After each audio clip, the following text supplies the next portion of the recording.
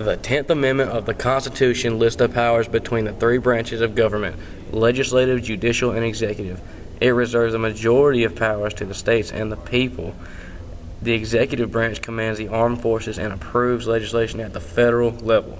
The legislative branch, which represents Congress, writes laws and approves spending.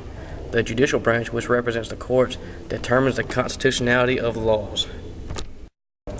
Federalism limits government by creating two sovereign powers, the national government and the state governments, which limits the influence of both. This picture represents three different types of government. The first pyramid on the left represents a federal government. The best example of this would be our great nation of the United States. The powers of each category increases from local power to state power to national and federal power.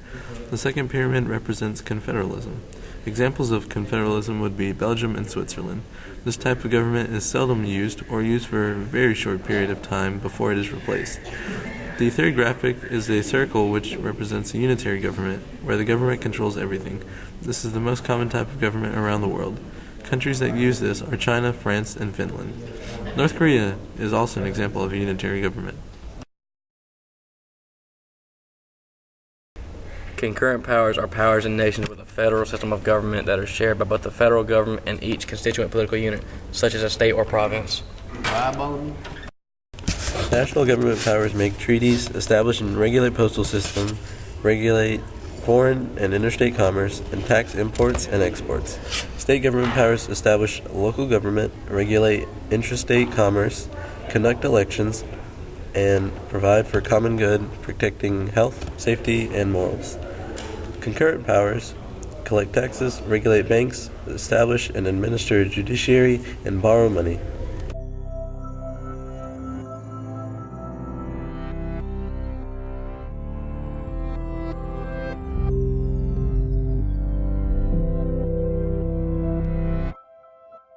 Have you ever wondered who has the authority to make laws or punish people who break them?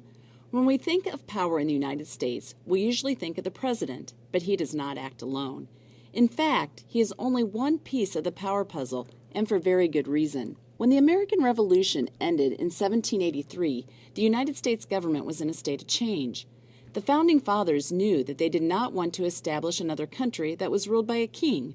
So the discussions were centered on having a strong and fair national government that protected individual freedoms and did not abuse its power.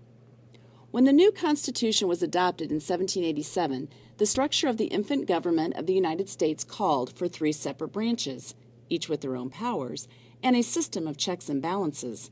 This would ensure that no one branch would ever become too powerful, because the other branches would always be able to check the power of the other two. These branches work together to run the country and set guidelines for us all to live by. The legislative branch is described in Article 1 of the U.S. Constitution. Many people feel that the Founding Fathers put this branch in the document first because they thought it was the most important. The legislative branch is comprised of 100 U.S. senators and 435 members in the U.S. House of Representatives. This is better known as the U.S. Congress. Making laws is a primary function of the legislative branch, but it is also responsible for approving federal judges and justices, passing the national budget, and declaring war. Each state gets 2 senators and some number of representatives depending on how many people live in that state. The executive branch is described in Article 2 of the Constitution. The leaders of this branch of government are the President and Vice President, who are responsible for enforcing the laws that Congress sets forth.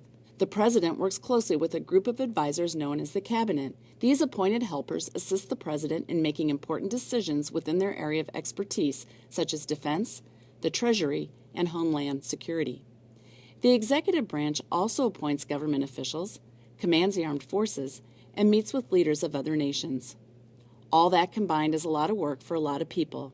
In fact, the executive branch employs over 4 million people to get everything done.